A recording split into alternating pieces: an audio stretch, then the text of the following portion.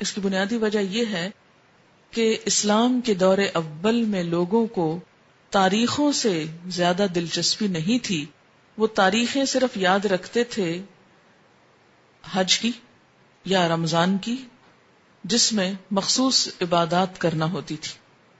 اس کے علاوہ کون کس دن فوت ہوا، کس دن پیدا ہوا، یہ چیزیں ان کے نزدیک کچھ بہت اہمیت کی حامل نہیں تھی. یا کون سا واقعہ کس دن ہوا، وہ واقعے کو تو دیکھتے تھے، اس کی روح کو تو دیکھتے، لیکن اس کی تاریخ ان کے نزدیک ایک غیر اہم چیز تھی، کیونکہ ان کے ہاں دن منانے کا رواج ہی نہیں تھا. صحابہ کرام کے اندر ہمارے معاشرے کی طرح دن منانا، اینیورسریز اور اسی طرح برسی اور ولادت کے دن، یہ تمام چیزیں اس کلچر کا حصہ نہیں تھی، یعنی اسلامی کلچر کا. بیسیکلی اسلام میں جو اہم دن ہیں جیسے عیدیں ہیں یا مہینے ہیں، رمضان اور حج کا مہینہ ہے، یا اسی طرح کچھ اور مہینوں کی فضیلت ہے جیسے محرم کے روزوں کی فضیلت ہے، یا ذوالحج کے ابتدائی عشرے کے روزوں کی فضیلت ہے، یا شعبان کے روزوں کی فضیلت ہے، یا ہر مہینے 3 دن ایام 20 کے روزے کی بات آئی ہے. یہ دن تو شریعت نے خود مقرر کر دیے، لیکن اس کے علاوہ باقی چیزیں بعد کے دور میں پیدا ہوئیں. ان کو دین کا حصہ بنا لینا اور ان کے اوپر اس طرح پابندی سے عمل کرنا جیسے نماز کی پابندی کی جاتی ہے، تو یہ دین میں نئی روایات پیدا کرنے کے برابر ہوگا. اگر ہم ایک مشہور روایت کے مطابق مان ہی لیں کہ یہ رات معراج کی رات ہے، تو آئیے دیکھتے ہیں کہ معراج کی رات میں آپ صلی اللہ علیہ وسلم کو کیا کچھ دکھایا گیا. آپ نے بنیادی طور پر اچھے اور برے کام کرنے والوں کے انجام دیکھے. تو احادیث کی کتابوں میں معراج کے بارے میں جو کچھ ملتا ہے اس کی تفصیل آپ کے سامنے رکھوں گی تاکہ اس سے ہم کچھ سبق لیں، کیونکہ وہ ایک سبق آموز واقعہ ہے. اور ان اعمال سے بچیں جن پر سزا آپ صلی اللہ علیہ وسلم نے دیکھی اپنی آنکھوں سے، اور وہ کام کریں جن پر جزا آپ صلی اللہ علیہ وسلم نے اپنی آنکھوں سے دیکھی. قرآن پاک میں اللہ سبحانہ وتعالی نے فرمایا، سبحان الذی اسری بعبدہ لیلا من المسجد الحرام الى المسجد الاقصى الذی بارکنا حولہ لنریہ من آیاتنا انہ هو السمیع البصیر. سورۃ بنی اسرائیل. پاک ہے وہ خدا جو اپنے بندے کو رات ہی رات مسجد حرام سے مسجد اقصی تک لے گیا، جس کے آس پاس ہم نے برکت رکھی ہے تاکہ ہم اسے اپنی قدرت کے بعض نمونے دکھائیں. یقیناً اللہ تعالیٰ ہی خوب سننے والا اور دیکھنے والا ہے. ان آیات میں جس واقعے کی طرف اشارہ ہے وہ واقعہ اسراء کے نام سے مشہور ہے. اسراء کا لفظی معنی ہے رات کو سفر کرنا، رات کو چلنا. اس میں بنیادی طور پر مسجد حرام سے مسجد اقصی تک جانے کی بات ہے. احادیث کی کتابوں سے پھر مسجد اقصی سے آگے آسمانوں تک جانے کی بات ہے. اس سفر کا مقصد کیا تھا؟ قرآن پاک میں آیا ہے لِنُرِيَهُ مِنْ آیاتنا، تاکہ ہم آپ صلی اللہ علیہ وسلم کو اپنی نشانیاں دکھائیں، اپنی آیات دکھائیں. تو پھر اگر ہم مانیں کہ معراج رجب میں تھی اور اس رات میں تھی، تو اصل چیز تو پھر وہ واقعہ ہے جو پیش آیا. اور پھر واقعے میں بھی صرف واقعہ نہیں، اس کا مقصد کہ کیوں یہ واقعہ پیش آیا. اور وہ واقعے کا مقصد کیا ہے؟ لِنُرِيَهُ مِنْ آیاتنا، تاکہ ہم آپ صلی اللہ علیہ وسلم کو اپنی نشانیاں دکھائیں. آپ نے دیکھی، ہم کو بتائیں. ہم کو بھی دیکھنی چاہیے کہ آپ نے کیا دیکھا، ہم کو معلوم ہونا چاہیے. اسی طرح سورۃ النجم میں اس واقعے کی طرف کچھ اشارہ ملتا ہے.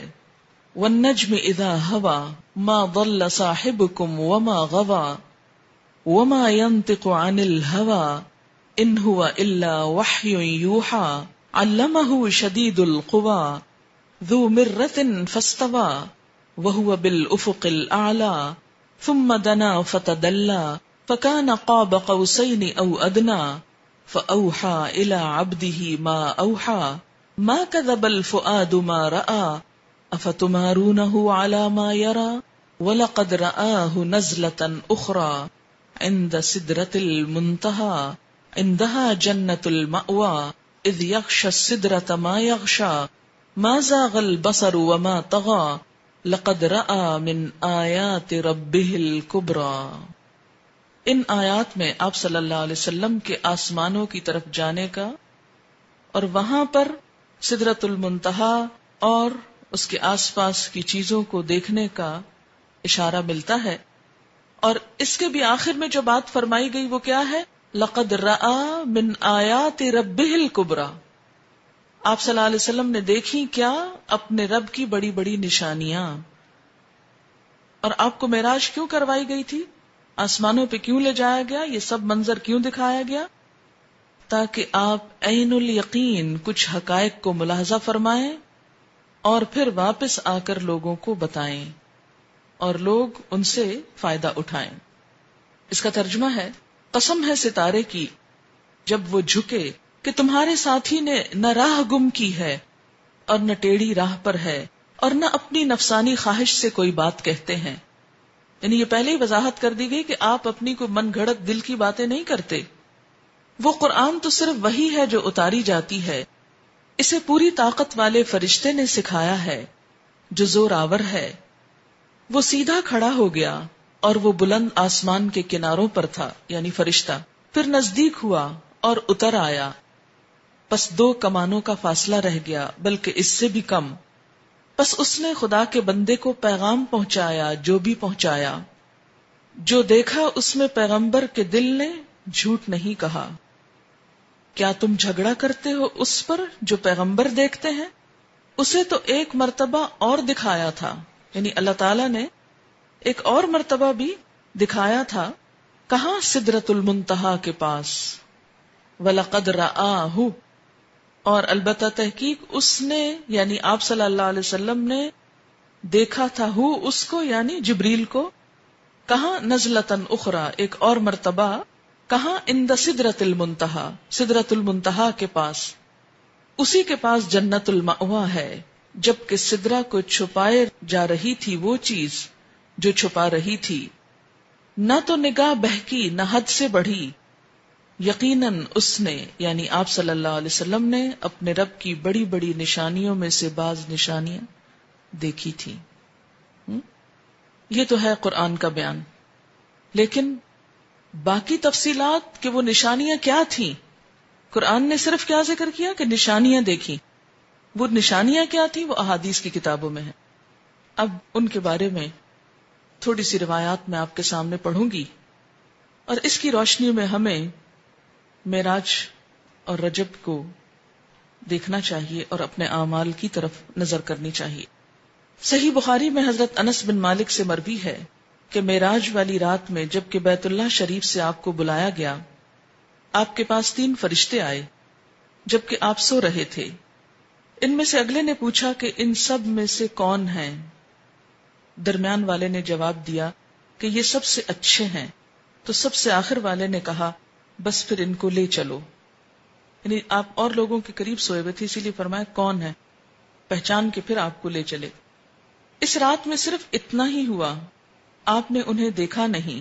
دوسری رات پھر یہ تینوں آئے، اس وقت بھی آپ سو رہے تھے، لیکن آپ کا سونا اس طرح کا تھا کہ آنکھیں سو رہی تھیں اور دل جاگ رہا تھا۔ تمام انبیاء کی نیند ایسی ہی ہوتی ہے۔ اس رات انہوں نے آپ سے کوئی بات نہیں کی اور آپ کو اٹھا کر زمزم کے پاس لٹایا۔ سینہ گردن تک خود جبریل علیہ السلام نے اپنے ہاتھ سے چاک کیا۔ یہ شق صدر کا واقعہ دوسری مرتبہ ہوا، ایک مرتبہ بچپن میں بھی۔ اور سینہ اور پیٹ کی تمام چیزیں نکال کر انہیں اپنے ہاتھ سے زمزم کے پانی سے دھویا۔ جب خوب پاک صاف کر چکے تو آپ کے پاس ایک سونے کا تشت لایا گیا جس میں سونے کا ایک بڑا پیالہ تھا جو حکمت اور ایمان سے پر تھا۔ اس سے آپ کے سینے کو اور گلے کی رگوں کو پر کر دیا، پھر سینے کو سی دیا۔ اس دور میں تو یہ بات جب آپ نے بتائی تو لوگوں کے ایمان ہل گئے اور لوگوں کو سمجھنے بھی مشکل ہو گئی۔ اگر اس دور کے لوگوں کو یہ بتایا جاتا کہ 1400 سال بعد کچھ لوگ ایسے پیدا ہوں گے جو عام انسانوں کے بھی سینے چیر کر ان کے دل نکال کر بدلیں گے تو ان کے ایمان شاید متزلزل ہو جاتے اور کوئی یقین نہ کرتا. آج اگر انسان نے یہ مہارت حاصل کر لی ہے تو فرشتوں کے لیے یہ کام آخر کیوں مشکل ہے جو زمین سے آسمان اور آسمان سے زمین تک آتے جاتے ہیں.